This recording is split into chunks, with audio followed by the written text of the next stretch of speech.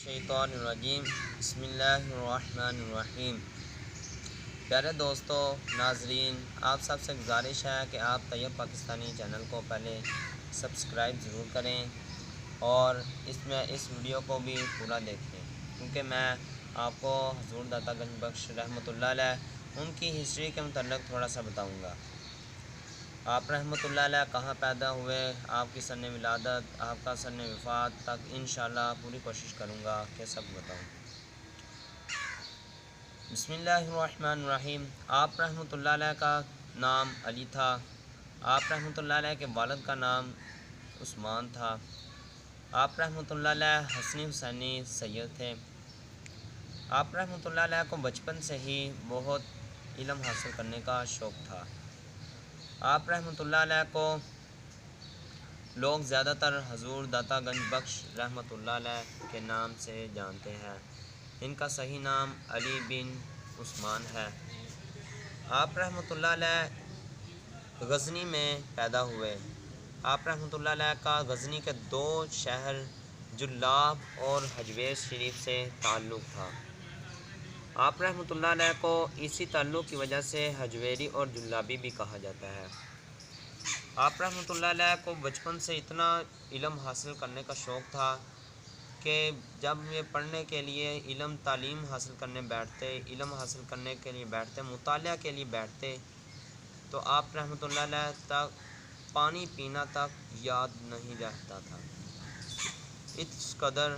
اس قدر محبت تھی علم سے، اس قدر پیار تھا علم سے۔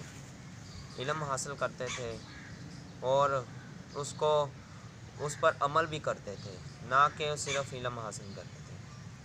آپ رحمۃ اللہ علیہ نے تقریباً 300 اساتذہ سے اکتساب علم حاصل کیا اور اس کو دوسروں تک بھی پہنچایا۔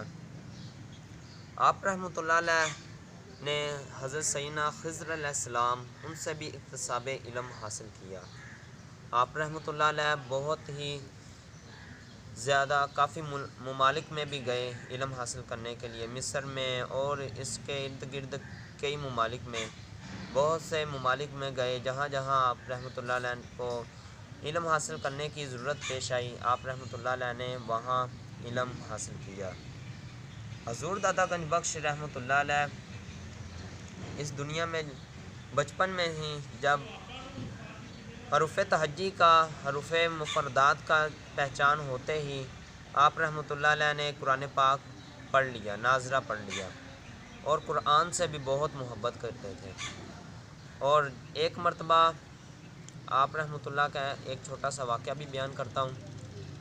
ایک مرتبہ غزنی کے جو مدرسہ تھے اس میں جو کہ سلطان محمود غزنوی، آپ رحمۃ اللہ علیہ غزنی کے ایک مدرسے جس کو سلطان محمود غزنوی نے تعمیر کروایا تھا، بنایا تھا، اس میں علم حاصل کرتے تھے بچپن سے ہی، جس میں ایک رضوان نامی سفید داڑھی والے بزرگ اس میں مدرس تھے، علم حاصل کرواتے تھے، بچوں کو علم دیتے تھے، تعلیم دیتے تھے۔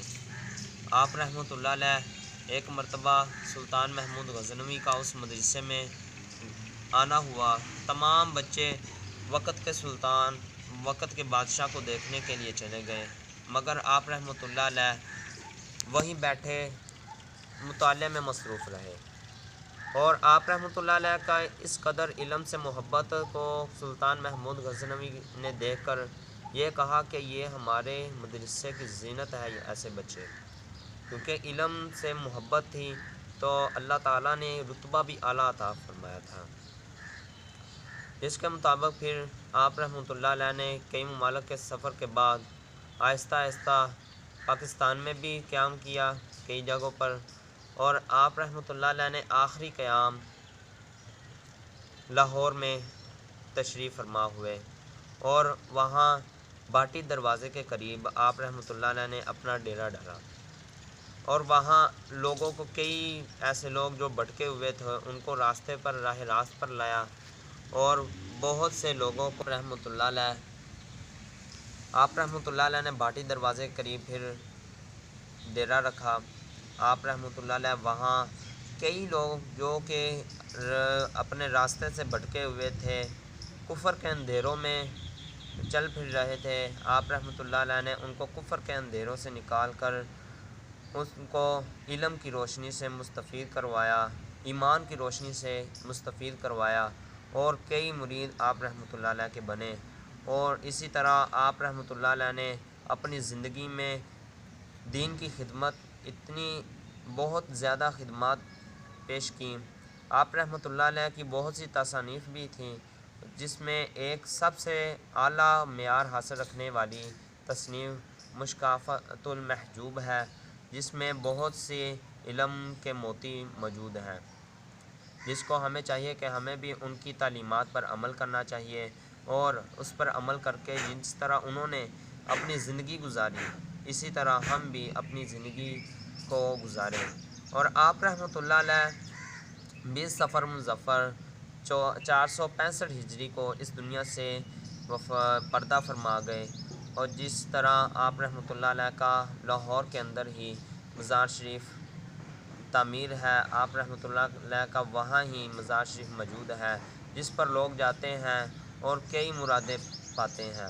ان کا فیض آج بھی ہمارے درمیان موجود ہے۔ ایک بڑی تو ویسے آپ رحمۃ اللہ علیہ کو داتا علی حجویری کے نام سے جس طرح لوگ جانتے ہیں، اور اسی طرح ان کے فیض سے، ان کے واسطے سے، ان کے وسیلے سے، کیونکہ خدا کے نیک بندوں کے وسیلے سے دعائیں مانگنی چاہیے، لوگ ان سے ابھی بھی فیض حاصل کرتے ہیں۔ اور وہ ظاہری تو پردہ فرما گئے دنیا سے، بہرحال وہ اپنا باطنی علم پھر بھی اپنے تربت میں، اپنے قبر شریف میں، مزار شریف میں لوگوں کو اپنا فیض دے رہے ہیں۔